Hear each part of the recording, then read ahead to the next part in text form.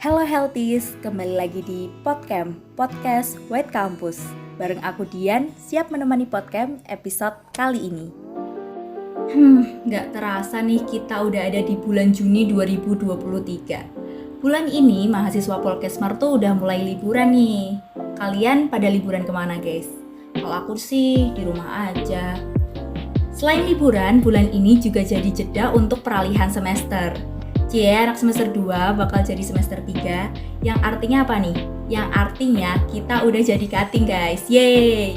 Karena banyak calon mahasiswa baru yang bakal masuk ke Poltekkes Kemenkes Semarang. Bahkan bulan Juni ini juga udah diumumin nama-nama calon mahasiswa Polkesmar yang lolos seleksi SIMAMA. Aku ucapin selamat ya buat kalian yang udah lolos seleksi SIMAMA dan selamat menjadi salah satu bagian dari Poltekkes Kemenkes Semarang. Nah, ngomongin salah satu bagian dari Polkesmar, podcast episode kali ini akan membahas sesuatu yang juga menjadi bagian penting dari Polkesmar. Kira-kira apa nih ya? Ya, di sini aku akan membahas tentang KBM atau Keluarga Besar Mahasiswa, yang merupakan ikatan organisasi mahasiswa yang ada di Poltekkes Kemenkes Semarang. Tentunya tuh kan mahasiswa nggak pernah lepas dari yang namanya organisasi. Dan kalian pasti udah gak asing sama yang namanya BEM atau Badan Eksekutif Mahasiswa yang merupakan organisasi mahasiswa di tingkat pusat. Nah, selain BEM, kira-kira Polkesmar sendiri tuh punya organisasi apa aja sih? Tenang, di Polkesmar sendiri juga ada beberapa organisasi mahasiswa lainnya, seperti Dewan Permusyawaratan Mahasiswa atau DPM di tingkat pusat, dan Dewan Mahasiswa atau Himpunan Mahasiswa di tingkat jurusan. Tenang, buat kalian yang masih bingung, aku bakal jelasin satu-satu tentang 4 organisasi ini. Yuk siapin buku, kita mulai catet ya guys. Oke, aku mulai dari yang mana dulu nih ya? Mungkin urut dari yang ada di tingkat pusat dulu nih. Kita mulai dari Dewan Permusyawaratan Mahasiswa atau DPM. Nah, DPM ini merupakan lembaga legislatif tertinggi di Keluarga Besar Mahasiswa Poltekkes Kemenkes Semarang. Peran DPM itu sendiri sebagai wadah penyalur aspirasi antara mahasiswa dengan pihak direktorat kampus. Selain itu, DPM juga melakukan pengawasan dan evaluasi seluruh lembaga kemahasiswaan di KBM Polkesmar. Nah, di dalam DPM itu sendiri terdiri dari pengurus harian yang berisikan ketua umum, deputi 1 dan deputi 2, sekretaris umum, staf ahli sekretaris umum, dan bendahara umum. Masa cuma itu doang? Enggak guys, DPM juga punya 4 komisi yang memiliki tugasnya masing-masing. Nih ya, aku jelasin. Komisi 1 itu perannya dalam perundang-undangan dan melakukan pengawasan pada organisasi BEM. Selanjutnya, Komisi 2 berhubungan dengan advokasi dan kebijakan direktorat serta pemegang jaringan media. Komisi 3 yang menjadi pemegang urusan administrasi berupa RAPK dan LPJ serta advokasi jurusan. Dan yang terakhir, Komisi 4 yang bertanggung jawab atas pendistribusian keuangan KBM dan hubungan luar negeri. Tuh kan, menarik banget. Semuanya punya tugasnya masing-masing guys. Kalau kalian mau masuk ke DPM, kira-kira kalian mau jadi apa nih? Pengurus harian atau komisi 1, komisi 2, atau komisi 3, komisi 4? Mulai tentuin dari sekarang ya guys. Oke, selain itu DPM juga memiliki program kerja sebagai penyelenggara rapat besar yang melibatkan seluruh KBM Polkesmar. Contoh dari rapat besar itu sendiri seperti musyawarah besar dan rapat kerja yang agendanya itu diadakan setiap tahun. Nah, pada bulan Juni 2023 ini, DPM baru saja mengadakan legislative training atau semacam pelatihan legislatif untuk para ketua DEMA di seluruh jurusan yang ada di Polkesmar. Jadi gimana nih? Kalian ada yang minat buat join DPM nggak? Kalau kalian minat, bisa kepoin IG-nya di @dpm_poltekkes Semarang. Kalau aku tadi udah bahas tentang DPM, sekarang kita lanjut ke organisasi lainnya nih. Ya kira-kira apa nih yang bakal aku bahas selanjutnya? Ya, aku bakal membahas tentang BEM atau Badan Eksekutif Mahasiswa. BEM ini merupakan organisasi mahasiswa intrakampus berupa lembaga eksekutif di tingkat perguruan tinggi. DPM dan BEM ini merupakan versi dari penerapan kepemerintahan untuk tingkat perguruan tinggi. Misal, di negara kita yang dipimpin oleh seorang presiden ini, nah selama presiden menjalankan tugasnya kan akan selalu diawasi oleh DPR. Sama halnya di kampus kita juga punya organisasi mahasiswa yang dipimpin oleh presiden mahasiswa dan selama menjalankan program kerjanya, BEM akan selalu diawasi oleh DPM. BEM ini kan dipimpin oleh presiden mahasiswa dan dibantu oleh wakilnya. BEM juga mempunyai kabinet yang terdiri dari beberapa kementerian berupa departemen dan bidang. Kira-kira Heltis tahu nggak nih apa nama kabinet BEM tahun ini? Nih ya, aku kasih tahu.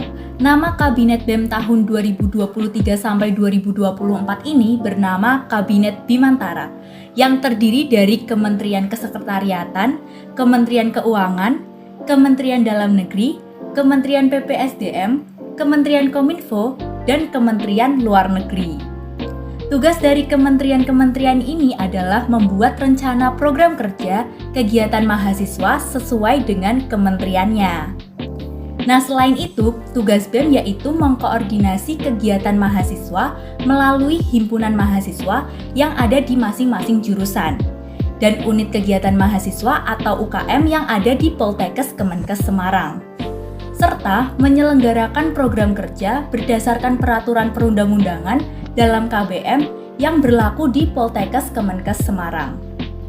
Aku kasih tahu nih beberapa program kerja dari BEM, di antaranya yaitu PKKMB, Polkesmar Ambassador, dan acara Disnatalis Polkesmar.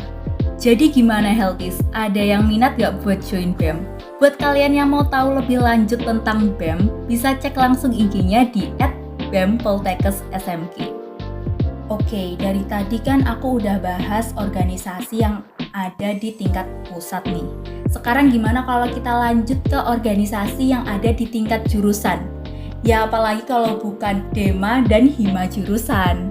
Aku mulai dari DEMA dulu nih ya. DEMA atau Dewan Mahasiswa ini merupakan lembaga legislatif mahasiswa di tingkat jurusan. DEMA ini bekerja di bawah naungan DPM. Kalian kan tahu tadi DPM itu merupakan lembaga legislatif di tingkat pusat. Nah yang tingkat jurusannya ini yaitu DEMA. Untuk struktur kepengurusannya sendiri, DEMA ini terdiri dari ketua, wakil, sekretaris, bendahara, dan untuk komisinya terdiri dari komisi 1 sampai 3. Selanjutnya aku bakal jelasin tentang tugas dan wewenang dari DEMA. Tugas dan wewenang yang dimiliki oleh DEMA yaitu mengontrol dan mengevaluasi kinerja HIMA, menampung dan menyalurkan aspirasi mahasiswa. Selanjutnya memantau dan menindaklanjuti kebijakan prodi dan jurusan. Selain itu, DEMA juga memiliki beberapa program kerja. Nih ya, aku jelasin. Yang pertama ada PMOM atau Pelatihan Manajemen Organisasi Mahasiswa. Info buat kalian para maba nih. PMOM merupakan salah satu kegiatan wajib yang harus kalian ikuti. Lumayan nih buat nambah sertif SKKM. Tujuan PMOM sendiri ini untuk melatih mahasiswa baru dalam berorganisasi di lingkungan kampus. Selain itu, DEMA juga memiliki program kerja yang bernama Sarasehan. Nah, sebenarnya apa sih Sarasehan itu? Sarasehan ini menjadi salah satu program kerja yang paling dinantikan oleh mahasiswa. Karena apa? Karena Sarasehan ini bertujuan untuk menyampaikan saran dan kritik kepada jurusan atau prodi secara langsung. Nih, buat kalian yang punya keluhan tentang sarana prasarana atau yang lainnya tentang jurusan kalian, bisa kalian sampaikan langsung saat acara Sarasehan ini. Gimana nih, tertarik gak buat join DEMA jurusan kalian? Apa? Tertarik? Kalau tertarik, langsung kepoin IG DEMA jurusan kalian masing-masing. Buat kalian yang masih belum tertarik sama 3 organisasi yang udah aku jelasin tadi, tenang guys, masih ada satu organisasi yang belum aku jelasin. Apa hayo? Ya bener banget, HIMA atau Himpunan Mahasiswa. HIMA adalah lembaga eksekutif mahasiswa yang berada di tingkat jurusan. HIMA ini dipimpin oleh Gubernur HIMA dan dibantu oleh wakilnya, serta ada sekretaris dan bendahara HIMA. Selain itu, ada divisi-divisi yang memiliki tugasnya masing-masing.